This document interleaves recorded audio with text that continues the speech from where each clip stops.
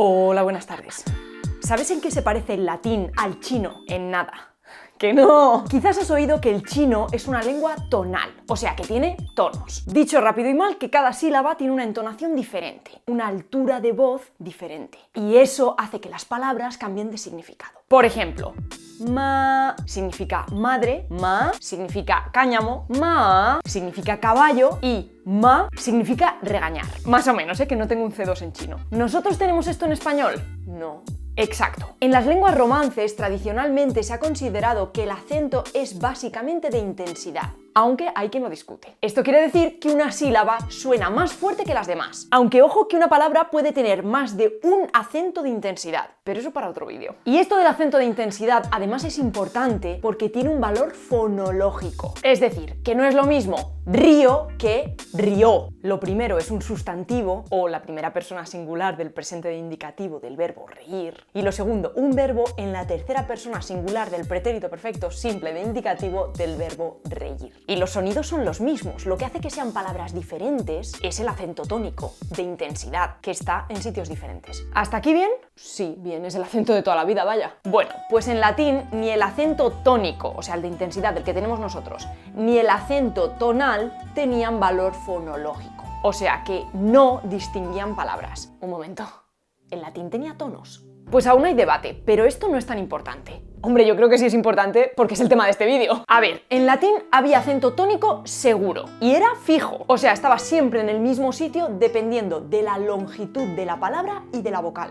Resumiéndolo mucho, las palabras en latín son como norma general llanas, o sea, la sílaba tónica es la penúltima, como por ejemplo domus, pero como norma general no es siempre. Si la palabra tiene 3 o más sílabas, va a seguir siendo llana si la penúltima sílaba tiene una vocal larga o si termina en consonante, como romanus, esa A es larga, o sagita, porque git termina en consonante. Ahora bien, si nuestra palabra tiene 3 o más sílabas y la penúltima sílaba tiene una vocal breve, entonces la sílaba tónica la va a tener la antepenúltima. Por ejemplo, homines, porque esa I es breve. Y los tonos, o sea, ese acento tonal, aunque hay debate, todos están de acuerdo en que, igual que el tónico, tampoco tendría valor fonológico. O sea que, repito, ninguno habría diferenciado palabras. Pero eso del acento tonal es algo de lenguas asiáticas y de por ahí, ¿no?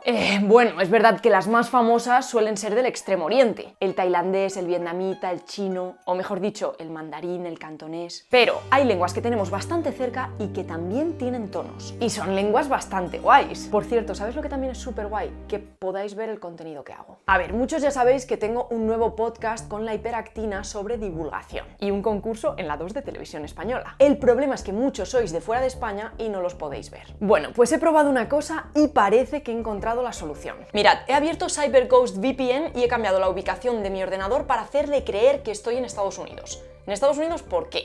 Pues porque en este país no se puede ver ni el podcast ni el programa de televisión. Ahora cambio la ubicación a España, vuelvo a entrar en el podcast o en la tele. Yo he tenido que cerrar y volver a abrir la pantalla porque solo con refrescar no me funcionaba. Y ahora sí, funciona perfectamente. De nada. Ya, pero ¿cuánto cuesta esto? Con mi link tenéis una oferta de 2,03 euros al mes más 4 meses gratis. Esto es un 83% de descuento del precio normal. Y una devolución gratuita los primeros 45 días. Vamos, que tenéis tiempo de sobra para escuchar el podcast y para haceros una maratón de cifras y letras. Y me decís qué traje os gusta más. Y bueno, además de todo esto, vais a poder ver contenido de Netflix, HBO, Disney Plus y hasta 40 plataformas más. Y ahora es cuando me decís, ¿para qué si yo ya tengo esas plataformas disponibles en mi país? Pues porque resulta que en Estados Unidos tienen un 50% de contenido más que en los catálogos de España y Latinoamérica. Con una suscripción se pueden conectar hasta 7 dispositivos al mismo tiempo. Además, CyberGhost tiene 38 millones de usuarios y súper buena puntuación en Trustpilot. Así que os dejo el link en la descripción. Bueno, ¿y cuáles son esas lenguas que tienen tonos? Repaso básico. Recordad que el español viene del latín y el latín viene del indoeuropeo. Bueno, pues el indoeuropeo pudo haber tenido acento musical, que suena súper bonito, pero es otra forma de decir acento tonal. De hecho, tanto el griego como el avéstico tenían estos acentos. El avéstico es la lengua que se hablaba por esta zona del menos 1500 al menos 1000. También es verdad que pudieron no tenerlos,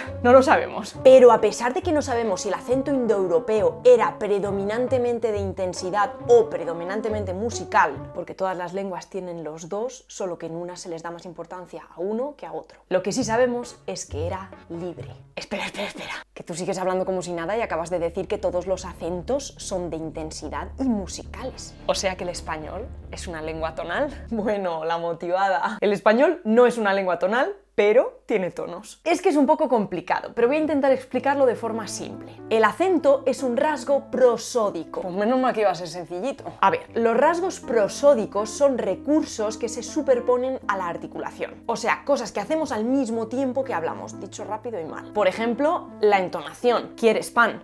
O ¿quieres pan? El acento, canto, cantó, la velocidad del habla, el ritmo... Vale, creo que lo pillo. Vale, pues la prosodia, como cualquier otra ciencia, tiene unidades mínimas con las que se trabaja. Los prosodemas. Para estudiar el acento tenemos en cuenta 3 prosodemas básicos: el tiempo, la intensidad y la frecuencia. El tiempo se refiere a la duración que le damos a la sílaba que lleva el acento. Por ejemplo, la duración media de las vocales tónicas en español es de 70,17 milisegundos, mientras que las átonas es de 58,31. O sea que las tónicas duran un 20,3% más de media. Por ejemplo, escucha la palabra Alemania. Pues la primera y la última A duran algo más de una quinta parte menos que la A del medio, porque es la tónica. Luego, la intensidad es la fuerza con la que pronunciamos. Mirad la palabra comió, la segunda O la pronunciamos con más fuerza que la primera. Y la frecuencia pues es el tono de voz que usamos, que también se ha demostrado cambiar en las vocales tónicas y átonas. ¿Y sabéis qué? Que en todas las lenguas del mundo los acentos tienen estas 3 características básicas. O sea que no hay lenguas que no tengan tonos o lenguas que no tengan intensidad. Lo que pasa que en una de estas se hace más principal. Vale, ya entiendo. Pero entonces las lenguas romances tienen un acento predominantemente de intensidad. Pues fíjate que siempre se ha creído eso. Lo defendía el gramático venezolano Andrés Bello y lo defiende la RAE. Pero últimamente se están haciendo más estudios. Y según algunos fonetistas más experimentados, parece que la principal característica del acento español